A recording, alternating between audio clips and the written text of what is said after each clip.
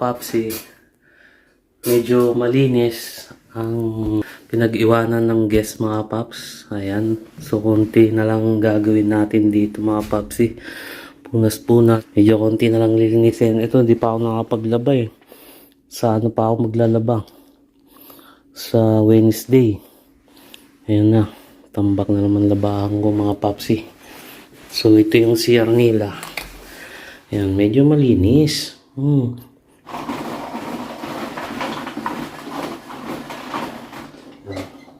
Para sumingaw yung ano mga papsi, sumingaw yung amoy dito sa loob ng kwarto. So mga paps, mag-umpisa na tayo. Let's go!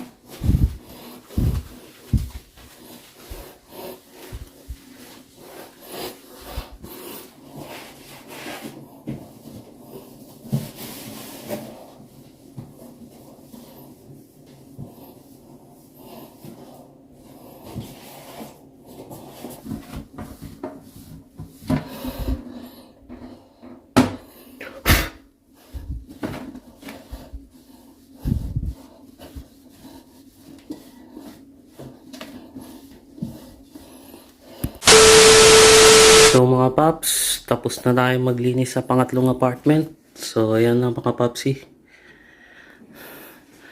Ganyan lang ginagawa natin araw-araw mga paps. Yung CR.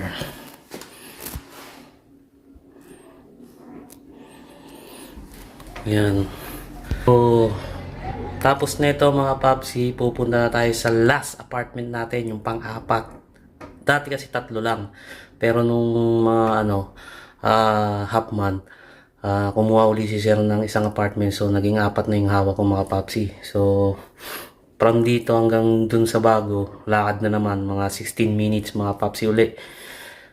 Lakad na naman tayo. Guys lang yung mga paps, kaya natin yan. So tis-tis lang dito sa bansang Paris. Kung ano yung binigay na trabaho sa inyo, i-grab nyo na lang muna mga paps hanggang sa makaipon tayo.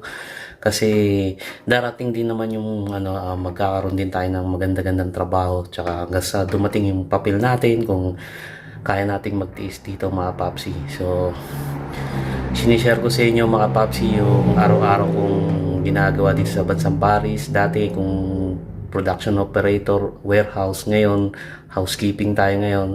Naglinis tayo ng mga apartment. So yan, ito yung ginagawa natin araw-araw, daily routine natin. So Monday to Sunday yung schedule ko. Pero minsan sa isang araw isa lang o minsan wala, tulad ng sa next day, sa Tuesday wala ako mga papsi, walang schedule, so pahinga tayo mga papsi.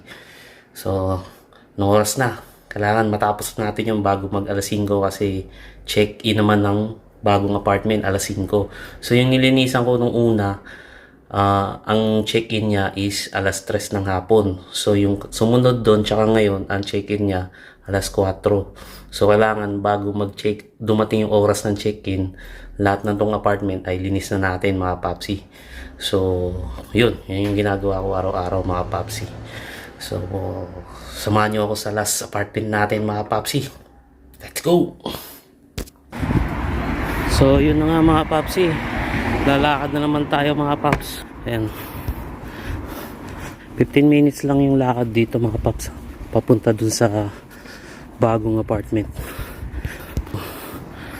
Samahan nyo ako mga paps sa last apartment na linisan ko mga papsi. So wait lang mga paps.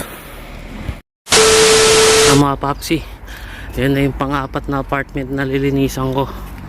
So lapit tayo. Pagod na ako, pero kaya yan mga paps. Last na to, pagtapos uwi na tayo.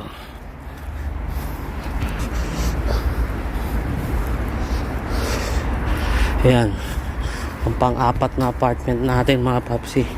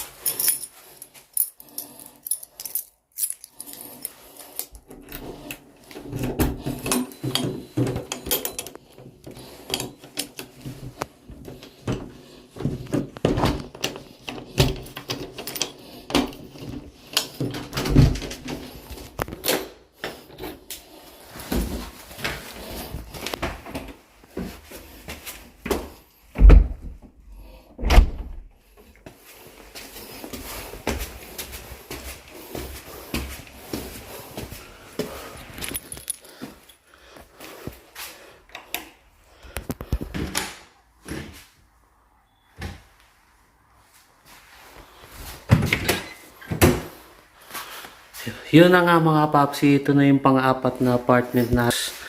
Ayan, medyo magulo konti. Pero nakapagtaka dito sa kwarto. Parang hindi man lang humiga dito mga papsi, no? Galing, linis-linis na. So ito na yung CR. Ayan. So meron dito dalawang washing machine. Pero itong isa sira eh. Hindi magana. Ito dryer lang. So ayan mga papsi. So ito na yung last na lilinisan natin mga papsi. Ito yung bagong apartment na nililinisan ko. So wala pa isang buwan to. Pagkatas na ito, uwi na tayo mga papsi. So panibagong bukas. Pero bukas yata ano na lang eh. Isa lang yata yung lilinisan ko mga papsi. Maglalaba ako bukas. So pisa na natin para matapos na natin. Makauwi na tayo ng maaga mga papsi. Let's go! All I wanna do is feel you on my skin. Don't let this feeling take me over. You're all I ever wanted. Yun na nga mga papsi, natapos na tayo mga paps. So ito na yun natin. Ayan mga papsi. Pwede na yan mga paps. Hindi naman kasi masyado madumi yung guest na pumunta dito. So yung kwarto medyo okay na. Hindi ko na masyado. Nag-vacuum lang ako. Palit din ako ng unan, punda. Ayan mga paps. So pwede na. Ayan mga paps CR. Okay na yan mga papsi. Gawin na tayo sa oras. Kasi alas 5 ang check-in dito sa apartment na to. So 4:15 na mga papsi. Ayan, okay na mga paps. CR na, linis ko na rin. Okay. So, maraming salamat sa inyo mga kapapsi. Sinamahan nyo ako ngayong araw sa aking daily routine sa bago kong trabaho mga papsi, no? Airbnb kung tawagin dito mga paps. So, 4 na apartment yung hawak ko mga papsi. So, ganun lang yung ginagawa ko araw-araw. Naglilinis, nagpapalit ng bedsheet, vacuum. So, pag pwede na pag marami ng labahan, ako rin yung naglo-laundry. Pero, ibinabalik naman sa akin yung ginastos ko dun sa laundry mga papsi. So every month, i-reimburse yung mga nagastos ko kung sa laundry o yung mga binili ko dito, mga trash bag o yung mga products. So ibabalik sa akin daw yun mga papsi. So maraming salamat sa pagsama nyo sa akin ngayong araw mga papsi. So abangan nyo na lang uli ako sa mga susunod kong video. Buhay OFW dito sa Paris mga papsi. So maraming salamat sa mga kapapsi natin na walang sawang sumusuporta sa akin mga paps. Sana tuloy-tuloy pa rin at nandiyan pa rin kayo nanonood ng aking mga video. Sana tuloy-tuloy na rin ako makapag-upload ng video mga papsi. So para may share ko rin naman sa inyo yung mga nagiging experience namin dito ni Mamsi sa bansang Paris. So paano guys? Ganito na lang. Kita-kits tayo ulit sa susunod kong video. Syempre kung bago pa lang sa aking channel, huwag mong kalimutang mag-subscribe and click the notification bell para update kayo sa aking mga video. So bye-bye!